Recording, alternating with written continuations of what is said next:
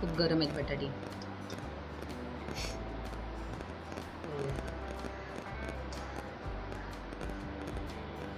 म्हणून वाईच फॅन केलेलं आहे. वाईच का खूपच गरम आहे.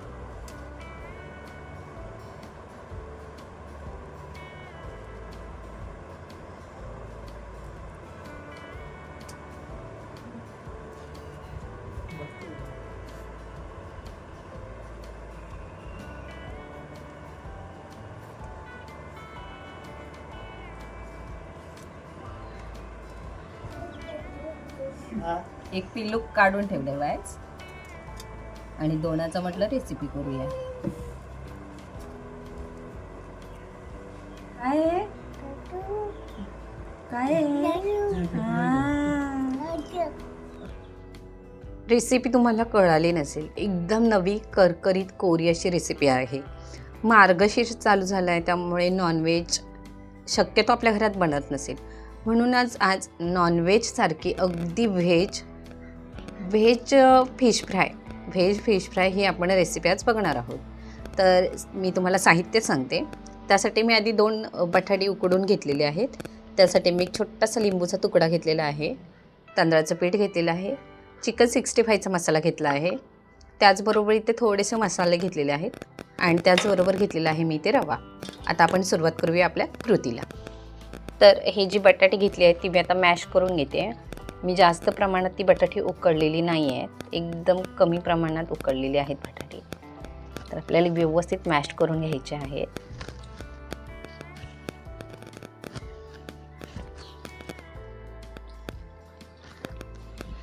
त्यामध्ये मी जे आपलं बटाटा आहे ते एकजीव होण्यासाठी किंवा ते एकत्र मळून येण्यासाठी त्यामध्ये मी तांदळाचं पीठ ॲड करते आणि ते एकदम थोड्या प्रमाणात आपल्याला तांदळाचं पीठ ॲड करायचं आहे.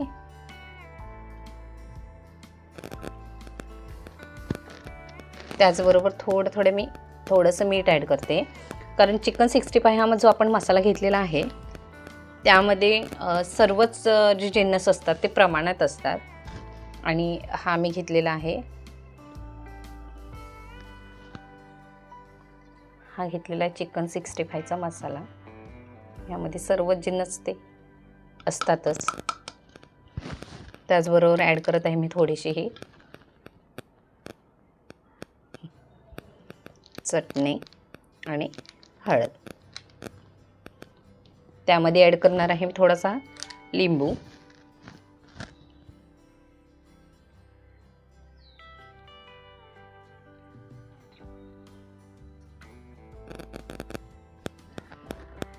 आता आपल्याला हे एकत्र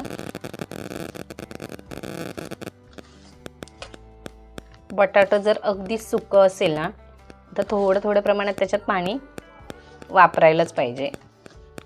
आणि चिकन 65 हा मसाला जो आहे त्यासाठी मी वापरला कारण त्याला कलर जो असतो तो ऑलरेडी आतमध्ये मिक्स असतो.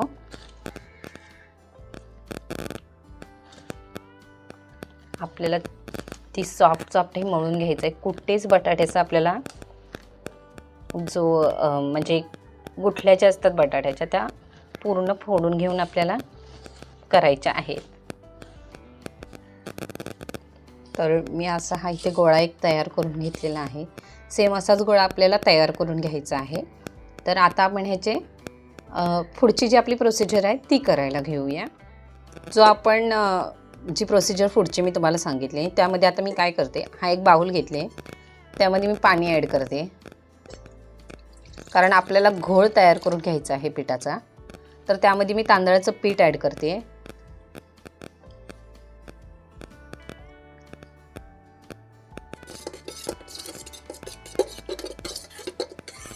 आपल्याला व्यवस्थित मिक्स करून घ्यायचं आहे पीठ. जो आपण घोळ बनवणार आहोत तो जास्त घट्ट पण होता कामा नये आणि जास्त पातळ पण होता कामा नये. आपल्याला त्याला एकदम सॉफ्ट असं स्ट्रक्चर द्यायचं आहे. पिठाचा घोळ बनवून तयार आहे. मी हा बाजूला ठेवते. इथे घेतलेला हा रवा, त्यामध्ये मी थोडंसं चिकन 65चा मसाला ॲड केला होता आणि त्यामध्ये ॲड केलं थोडंसं मीठ, एकदम थोडंसं मीठ ॲड केलं होतं मी त्यामध्ये. ठीक आहे, हे आता बनवून आपण बाजूला घेऊया. हे जे आपण पीठ तयार करून घेतलं होतं ते आता आपण त्याला शेप देणार आहोत फिशचा. जसा शेप असतो तसा मी तुम्हाला दाखवते. हा गोळा घेतला आहे, त्याला मी थोडासा अगदी नॉर्मल असा तेलाचा हात लावते. ठीक आहे, आता आपल्याला ह्याला शेप देऊन घ्यायचा आहे. जशी आपण एखादी मच्छी कट केल्यानंतर जो शेप येतो सेम तोच शेप आपण ह्याला देणार आहोत.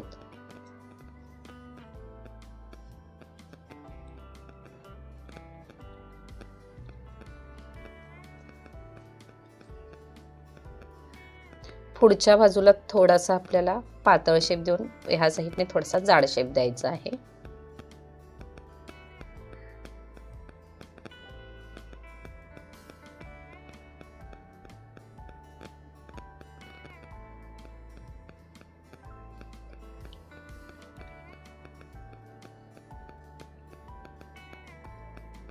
सो आता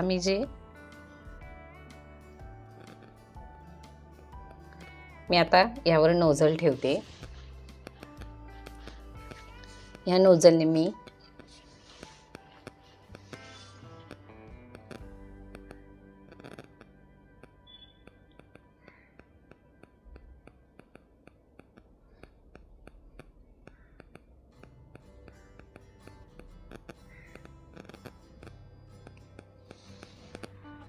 सेम अशा पद्धतीने आपल्याला सर्वाला शेप देऊन घ्यायचा आहे. तर तुम्ही बघू शकता इथे मी ह्याला मच्छीचा शेप देऊन घेतलेला आहे. एखाद्या माशाचा आपण जेव्हा त्याला कट करतो त्यानंतर जो शेप येतो तो मी दिलेला आहे. त्याच्यानंतर जर तुमच्याकडे नोझल नसेल, मी होम बेकर्स असल्यामुळे माझ्याकडे नोझल अवेलेबल होते, पण तुमच्याकडे नसतील तर तुम्ही एखाद्या बाटलीचा बूच घेऊन त्याला मध्येच एखादा होल करू शकता किंवा बोटाचा आकारसुद्धा आपण देऊ शकतो. त्याला बोटाने सुद्धा एखादा होल छानसा करून शेप देता येतो. सेम प्रोसिजरने मी दुसरे सुद्धा आपले फिश तयार करून घेते. बघा दिसत आहेत ना आपले मासे एकदम सुंदर. तर आता आपल्याला काय करायचं आहे, हा एक पीस उचलायचा, हा जो आपण घोळ तयार करून घेतला होता तांदळाच्या पिठाचा त्यामध्ये डिप करायचा. असा डिप करायचा की तो पूर्ण कव्हर झाला पाहिजे आणि आपल्याला तो रव्यामध्ये डिप करायचा आहे.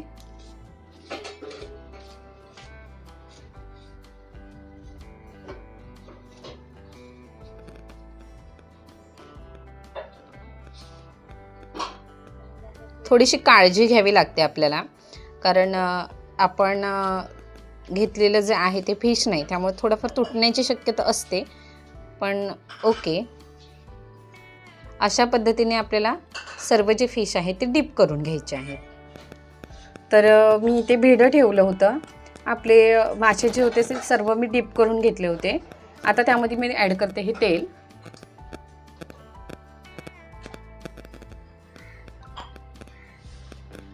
तर मी आता एक एक करून हे सर्व मासे आतमध्ये टाकून घेते. मी मासेच म्हणते कारण दिसायला पण तसेच अगदी दिसत आहेत. सो एक एक करून मी सोडून घेते आहे. सेम दिसत आहेत ना.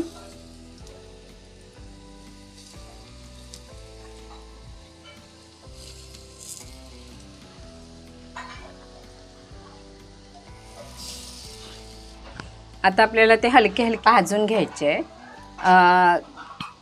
चुलीतला जाळ आहे आपल्याला मंदच ठेवायचा आहे.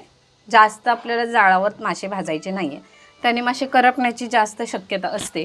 मी आता टाकलेले आहेत तर मी थोडंसं परतून घेते.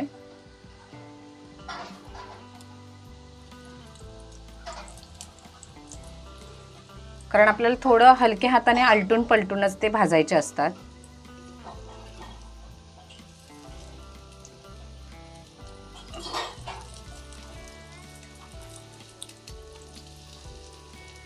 वाव.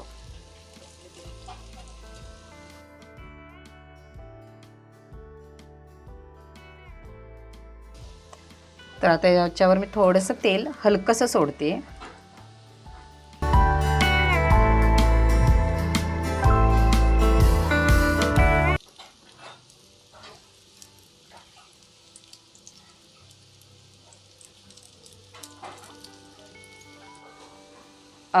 आपण जेव्हा हे मासे भाजत असतो ना त्याला थोडासा वेळ लागतो, कारण आपण थोडंसं त्याला जाडसर असं स्ट्रेक्चर दिलेलं असतं, तर थोडंसं त्याला वेळ लागू शकतो. त्यामुळे आपल्याला ते एकदम कमी आणि मंद आचेवर भाजावे लागतात. पण तुम्ही आता बघू शकता त्याला जो स्ट्रेक्चर आहे पूर्ण तो सेम माशासारखा आला आहे. तर आपल्याला कलर पण तसाच माशासारखाच त्याला आणायचा आहे. आणि तोपर्यंत आपल्याला ते आलटून पलटून जेवढे शक्य होतील तेवढे ते व्यवस्थित भाजून घ्यायचे आहेत. अगदी आतपर्यंत शिजण्यासाठी आपल्याला ते जास्त वेळ आणि कमीत कमी आचेवर ते भाजायचे असतात. आपण आता ते करून घेऊया. मी अशा नवनवीन रेसिपी शोधून काढते आहे, पण तुम्ही अजूनही मला माझ्या चॅनल जे आहे ते सबस्क्राईब करत नाही आहात. व्ह्यू तर मला बऱ्या प्रमाणात येत आहेत, अगदी छान छान व्ह्यू मला मिळत आहेत, पण माझी अपेक्षा अशी आहे की मला तेवढेच सबस्क्रायबर पण मिळायला पाहिजे. आणि मला खरंच आनंद होईल की तुमच्या पुढे माझं जे फेस आहे ते रिव्हील करण्यासाठी आणि माझं नवीन किचनसुद्धा तुम्हाला रिव्हील करता येईल. जर तुम्ही मला सपोर्ट केला तरच ते शक्य आहे, नाहीतर अजिबात शक्य नाही आहे. सो मी ही अगदी नवीन करकरीत अशी कोरी रेसिपी शोधून काढली, काही स्वतःची टेक्निक यूज केल्या आणि जेवढं शक्य होईल तेवढं कमीत कमी प्रमाणात मी दाखवायचा प्रयत्न केला आहे. तर बघूया आता आपण कशी होते ती रेसिपी. तुम्ही बघू शकताय ना, कलर तर किती छान आला आहे. आता आपले हे झालेले आहेत बनवून, मी आता हे काढून घेत आहे. आणि मला खरंच खूप छान वाटते ही रेसिपी बघायला. म्हणजे मी आधी घरात ट्राय करून बघितली, सर्वांना आवडली, त्यानंतरच मग मी ती यूट्यूबला आणली आणि छानसुद्धा वाटतं आहे. सो आपल्या आता ही रेसिपी बनवून तयार आहे. आता आपण ही सर्विंग बाउलमध्ये काढून घेऊया. तर बघू शकताय जे आपले मच्छी फ्राय होती ती बनवून तयार आहे. मच्छी फ्राय पण आता मार्गशीर्ष असल्यामुळे मी व्हेज मच्छी फ्राय जी दाखवली तुम्हाला, तर तो व्हिडिओ तुम्हाला कसा वाटला हे मला कमेंट करून नक्की सांगा. आणि एकदम नवीन करकरीत कोरी रेसिपी आहे, तर ती मला नक्की तुम्ही सांगा कशी वाटली तुम्हाला. आणि अजूनही जर तुम्ही माझ्या चॅनलला सबस्क्राईब केलं नसेल तर चॅनलला सबस्क्राईब करा, आपल्या मित्रपरिवारासोबत शेअर करा आणि हो, बाजूच्या बेल आयकॉनला नक्की क्लिक करा, जेणेकरून तुम्हाला चुलीवरील नवनवीन रेसिपींचा आस्वाद घेता येईल. धन्यवाद.